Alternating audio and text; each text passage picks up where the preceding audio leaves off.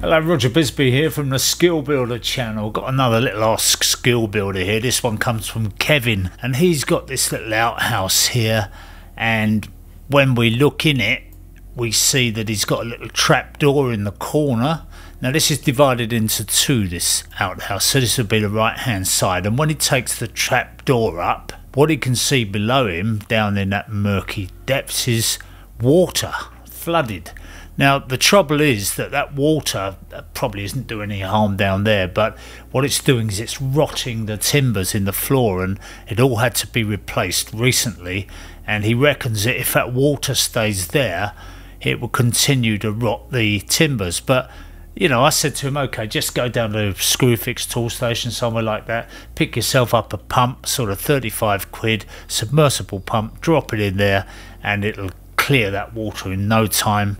And then you could probably just leave it in there, connect it up, and if it floods again, it'll dry it out. So I thought that's the end of the story really, but I was kind of intrigued as to what this was. So I just said to him it'd be fun to stick it up on Skill Builder and just see what comes in the way of suggestions as to what this could possibly be. As you can see, very extensively flooded, and that actually looks like quite a decent bit of brickwork there, doesn't it? So it looks like something historical, you know, it's not just something that somebody's knocked up in on a whim, but this just shows the rotting that he's got around and the way the floor detail is there. But here on the other side of his outhouse there's a dividing wall there, and here he's got a WC, so underneath here above this sort of flooded area he's got a soil pipe going in from the WC, and that carries on, and he's also got a rainwater pipe that's coming in, and he says they're not leaking,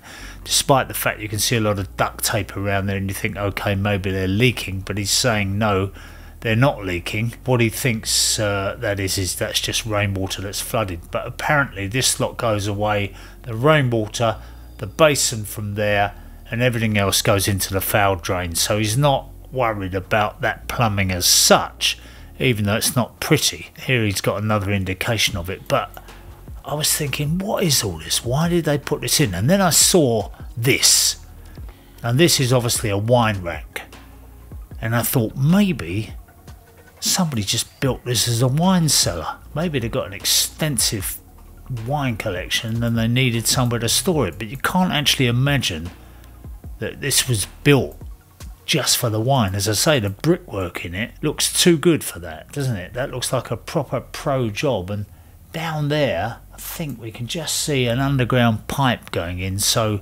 whether that's supposed to drain it or whether that's flooding back and that's how the water's getting in there, or whether it's just seeping through the brickwork, who knows. But as I say, I think the thing to do is pump it out, because it's not very nice, is it, having all that stagnant water under there. Like he said, it's beginning to rot the timbers in the place. So just an interesting one. Let us have your views, let us know what you think about Kevin's mystery underground caverns. You know, could be that somebody built them, you know, back in the day. Do you remember that phase where everybody was worried about World War III and the nuclear Armageddon, and people were starting to dig holes and bunkers in their back garden? Maybe it's time to start doing that again. Maybe we need a video on how to build your own fallout shelter. Could be all the rage, you never know. We have a habit of sometimes hitting a topical spot on this channel, so God forbid that should happen and that we'd all need to take cover in our under our sheds. Anyway, I'm Roger Bisbee. Come back and see me soon, and let us have your suggestions on this one. Poor old Kevin. Could open, you could put fish in. Could he put fish in there? No.